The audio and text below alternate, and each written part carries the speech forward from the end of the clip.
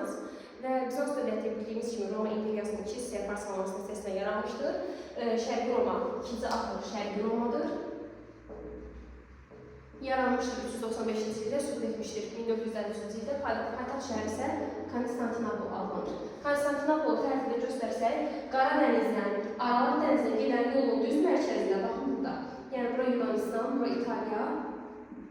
Həmin bu ərazidə Konstantinopol hissəsidir. Yaxşı, baxaq Bizans dövlətinə. Biz bildik ki, xalqların böyük köçü baş verir. Xalqların böyük köçü bunların rəhbərliyi ilə başlayırdı. Və bunlar bir çox, belə deyək də, German tayfalar olsun, Vandal tayfalar olsun, bunları sıxışdırırlar Qərbi Romaya və Qərbi Roma bunlara tab gətirə bilməyir və süqut edir. Amma Şərqi Roma dözür və 1953-cü ilə qədər mövcudluğunu saxlayır. Yaxşı, ümumiyyətlə Bizans ərazisi 3 qitədə yerləşir. Baxaq görək, dedik 3 qitə, amma xəritədə öyrənməliyik ki, 3 qitə hansı qitələrdir? Misir haradadır? Afrika. Deməli, burada Suriya Asiyadadır. Və bir hissəsi yəni belə ayırsan, bu hissə Bizans dövlətinin ərazisidir. Yunanistan Avropa dövlətidir. Suriya Fələstin bu hissələrdə işğal edilib, tərkibindədir.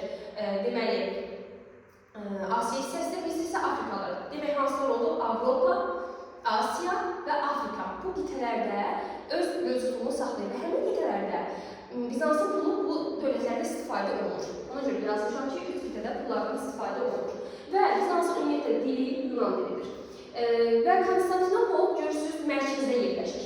Mərkəzdə yerləşdiyinə görə biz buna ümumiyyətlə qızıl körpü deyirik, şəhərlər, yəni belə deyək də, şəhərlər ölkəsi deyirik. Hara Konstantinopola? Çünki Aralıq dənizindən Qara dənizə, ümumiyyətlə Çindən Avropaya, baxın Çin o tərəfdədir, Çindən Avropaya gedən ticarət yollarının düz mərkəzində yerləşdiyinə görə bu şəhər qızıl körpü adlanır, Konstantinopol. Buna görə də ticarət inkişaf edir. Və hətta bəzi mənbələrdə qeyd olunur ki, Konstantinopolda gününə 20.000 dirhəm qazanılmış. Bu, o dövr üçün çox böyük bir məbləğdir. Və ölkənin şərq hissəsi, baxın, yəni Bizansın bu şərq hissəsi daha çox inkişaf etmişdir, dağıntılara az məruz qalmışdır, ona görə şəhərlər daha yaxşı inkişaf etmişdir. Niyə şərqi? Çünki bu şərq hissəsinə vandallar gəlib çıxmayıb, bu vandal adlandırdığımız o vəhşilər gəlib çıxmayıb. Ona görə də ölkənin şərq hissəsi daha yaxşı inkişaf edib, şəhərlər burada daha ön plandadır. Yaxşı, ticarət məhsulları kimi nədən istifadə edilir? Sümükdən, ağacdan, şüşədən, ondan sonra zərgərlik məhsulları, bunlar ticarətdə istifadə olunan məhsullardır. Gəldik imperatora. İmperator Azərbaycanda da olduğu kimi, bir çox dövlətlərdə olduğu kimi qeyri-məhdud hakimiyyətə malikdir. Yəni, heç bir məhdudiyyəti yoxdur. Demək olar ki, əsas işləri alıb öz əlinə. Bax, qanunları imperator verir. Hakim özüdür. Yəni, ordunun komandasıdır. Belki başçısıdır. Aybaş komandasıdır. Və komandir belə deyil. Kilsəyə rəhbərliyi. Görün, nə qədər işi var. Deməli, hakim, qanunverici kilsə və ordu başçısıdır. Kim? İmperator. Bizə lazım olan əsas Justinianın dövrüdür. Justinian 527-ci il, 565-ci illərdə hakimiyyət dövründə olmuşdur və onun dövrü Qızıl əsr dövrü adlanır. Demək, Qızıl körpü adlandırılır Konstantinopol, Qızıl əsr isə Justinianın dövrüdür. Bunun dövründə Müqəddəs Sofiya məbədi tikilmişdir. Müqəddəs Sofiya məbədi tikilmişdir və qanunlar məcəlləsi verir. Nə vaxt? 6-cı əsrdə, çünki öz 6-cı əsrdə yaşamışdır. Bu məcəllənin nələrdən bəhs olunur, mütləq şəkildə bilməliyik. Məcəllədə bəhs olunur, əsasən Romanın hüquqlarından, yəni Roma hüquqlarına əsaslanıb bu məcəllədə yazılır. Daha sonra xristiyanlara bərabər hüquqlu imkan verilir və xristiyanlara məhkəmə və mülkiyyət hüquqları da verilir və kilsə ilə din artıq ittifaq halında birləşdirilmiş olur. Bir də özündə unutmayıbdır Justinian, deyir ki, mən qeyri-məhdud hakimiyyətə malikəm. Bunların hər biri haradadır? Justinian məcəlləsində. Demək, Justinian məcəlləsi 6-cı əsrə aid oldu. Biz bundan öncə Frank dövlətlərlə danışacağıq. Danışmışıq daha doğrusu. Frank dövlətində Xlodvikdə o da göstərilir ki, 6-cı əsrdə bir məcəllə verilmişdir və Romanın hüquqlarından bəhs edir. Yəni, eyni Roma hüquqlarına əsaslandırılır. İkisində orada xüsusiyyətlidir. Sonra Justinian əsas məqsədlərdən biri qədim Romanın imperiyasını bərpa eləmək olur. Bu da demək olar ki, onun səhv addımlarından biridir. Bir də Romanın vergi sisteminə əsaslanır. Və Romanın vergi sisteminə əsaslanması xalq arasında narazılığa gətirib çıxarır. Demək, Justinian məqsədləri nə oldu? Qədim Roma imperiyasını yenidən bərpa eləmək istəyir. Gələk bunun işğal etdiyi ərazilərə. Vandallar, Osqat kralığı və cənub-şərq İspaniya. Xəritədə baxsanız, inanın ki, unutmayacaqsınız. Mütləq xəritədə bunların yerini bilməliyik. Vandallar. Vandallar ümumiyyətlə, baxın, belə deyim də sizə, İtaliyanın bu hissəsi Karfagenlədir. Karfagen ərazisi var. Həmin ərazisi vandallar yaşayır. Demək,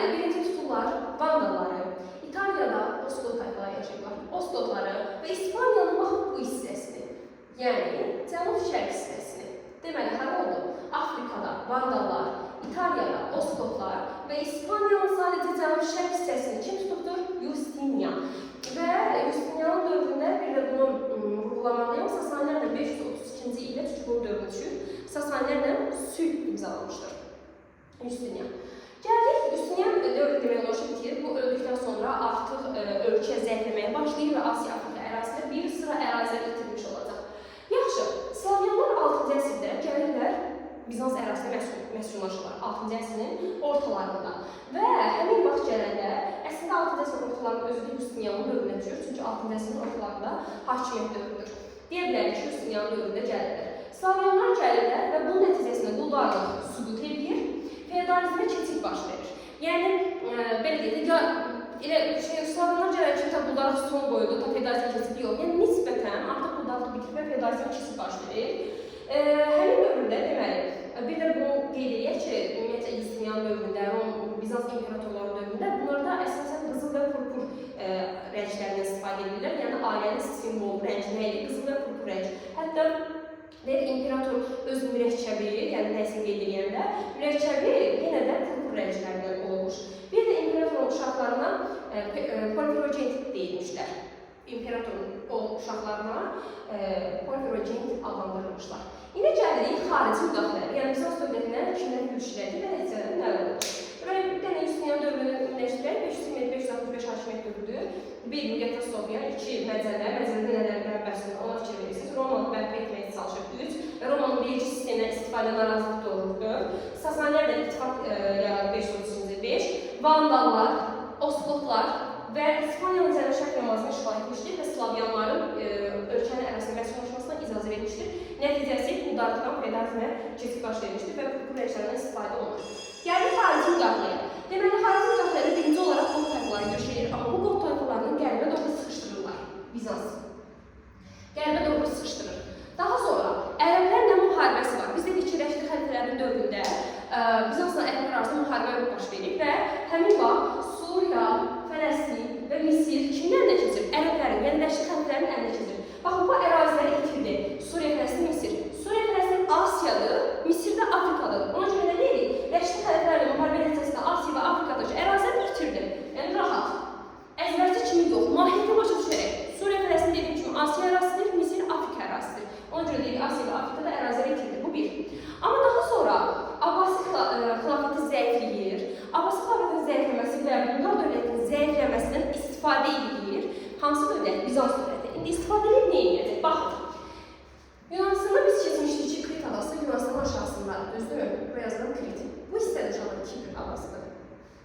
Deməli, istifadə edir Krit adasını, Kipri, daha sonra Suriyanı və bu da Mesopotamiyada bilir. Mesopotamiyanın bax bu hissəsi, yuxarı hissəsini geri qaytarır. Kim? Bizans dövləti. Deməli, nə yəni?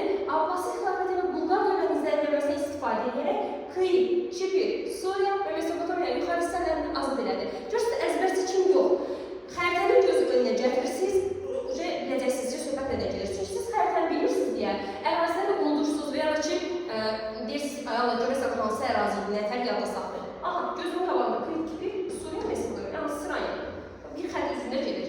Və ya da bayaq dediyim kimi, Justinian hara Oskot, Vandal, İspaniya. Oskot tez yanındadır ki, İtaliyadır, Vandal deməli Afrikadadır, İspanyadakı Avropa ölkəsidir. İspaniyanın cənub-şərqidir. Və 1071-ci ildə Malazgirt savaşı olur. Malazgirt savaşı Səlcuqlarla Bizans arasında baş vermiş ən məşhur döyüşdür. Və nəticədə Səlcuqlar qalib gəlir, Bizans məğlubiyyətə uğrayır. Nəticə olaraq Bizans Kiçik Asiyadakı torpaqlarını itirir. Yəni, bu hissələri itirir. Kiçik Asiyadakı